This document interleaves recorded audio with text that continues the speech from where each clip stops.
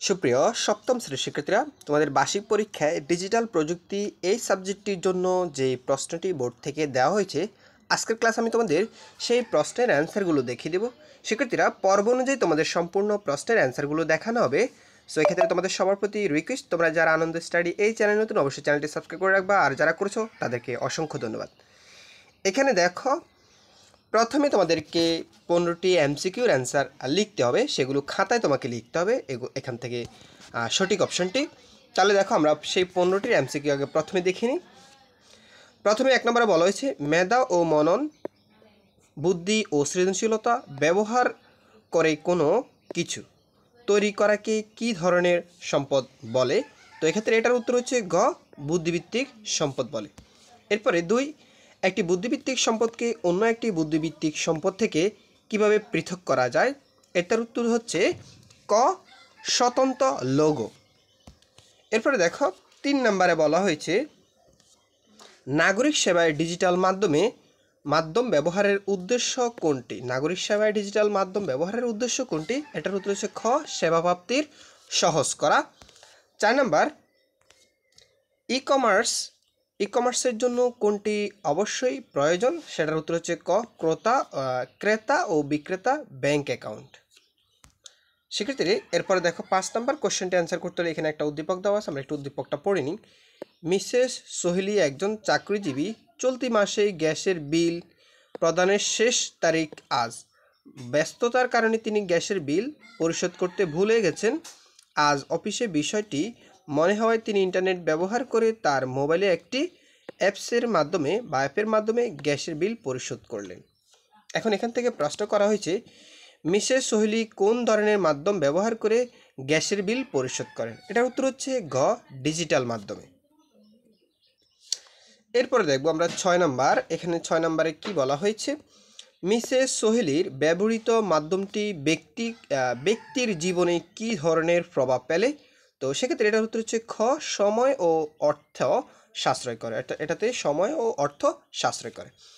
শিক্ষার্থীরা, এটা ছিল 6 নম্বর। এরপর আমরা 7 নম্বর থেকে দেখব। এখানে দেখো, তোমাদের কাছে আবার রিকোয়েস্ট, তোমরা যারা এই চ্যানেল নতুন, অবশ্যই চ্যানেলটি সাবস্ক্রাইব করে রাখবা, আর যারা করছো তাদেরকে অসংখ্য ধন্যবাদ। ভিডিওতে অবশ্যই একটা লাইক করে দিবা, আর কোনো কিছু জানার থাকলে সেটা কমেন্ট করে জানাতে পারো। তো এক্ষেত্রে 7 নম্বর বলা হয়েছে, ইমেল লিখে না পাঠিয়ে জমা রাখা যায় কোন অপশনে? ইমেল লিখে না পাঠিয়ে জমা রাখা যায় কোন অপশনে? সেটার উত্তর হচ্ছে খ, স্প্যাম ফোল্ডারে। এরপর 8 নম্বর, ইমেলের সাথে ছবি পাঠাতে চাইলে কোন অপশনে ক্লিক করতে হবে? এটার উত্তর হচ্ছে ক, ইনসার্ট অপশনে ক্লিক করতে হবে। এরপরে দেখো, 9 নম্বর বলা হয়েছে, কোনটি প্রোগ্রামিংয়ের ভাষা নয়? এটার উত্তর হচ্ছে গ, পিএইচপি হচ্ছে প্রোগ্রামের ভাষা নয়। 10 নম্বর বলা হয়েছে, নিচের কোনটি ই কমার্স সেবার বৈশিষ্ট্য নয়? সেক্ষেত্রে এটার উত্তর হচ্ছে গ, ব্যয়বহুল প্রক্রিয়া। 11 নম্বর দেখো, এখানে বলা হয়েছে যে বিদ্যালয় প্রধান শিক্ষকের নিকট থেকে অগ্রিম ছুটি নিতে কি করব? তো সেক্ষেত্রে খ, আবেদনপত্র লিখব আমরা।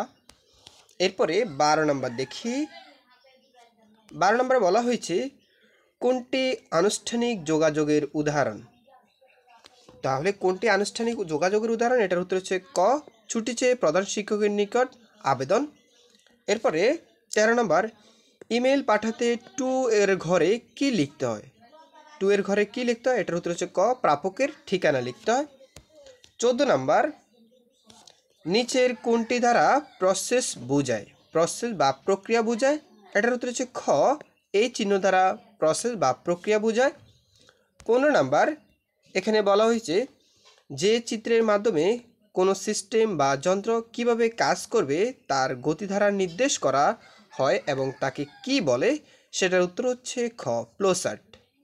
শিক্ষার্থীরা, এরপরে দেখো, আমাদের এখানে 15টা এমসিকিউ শেষ। এরপরে এখানে থাকবে তোমাদের এক কথা প্রকাশ।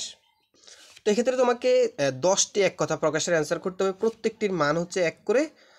চলো আমরা এগুলোর অ্যান্সার দেখে নিই। 16 নম্বর বলা হয়েছে, একটি বুদ্ধিভিত্তিক সম্পদের ট্রেডমার্ক নিবন্ধনের জন্য কতটি ধাপ অনুসরণ করতে হয়? এটার উত্তর ডান পাশে দেওয়া আছে 5টি। 17, বুদ্ধিভিত্তিক সম্পদের মালিককে কি বলে? এটার উত্তর হচ্ছে স্বত্বাধিকারী। 18 ব্যক্তির সঙ্গে সম্পর্ক এবং পরিস্থিতি অনুযায়ী যোগাযোগ কয় ধরনের হয়ে থাকে?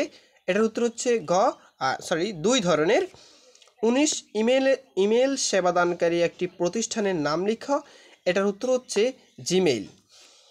এরপরে ইমেলের ক্ষেত্রে সিসি এর পূর্ণরূপ হচ্ছে কার্বন কপি। 21 এখানে বলা হয়েছে সিটিজেন চার্টারের মূলত কি থাকে, অর্থাৎ সিটিজেন চার্টারে মূলত কি থাকে? এটার উত্তর হচ্ছে সেবা প্রাপ্তির তথ্য থাকে। 22 নম্বর, আমরা আমাদের চিন্তা চেতনা ধারণা অনুভূতি অন্যদের সঙ্গে আদান প্রদান করতে পারি। এটার উত্তর হচ্ছে যোগাযোগের মাধ্যমে আমরা আদান প্রদান করতে পারি।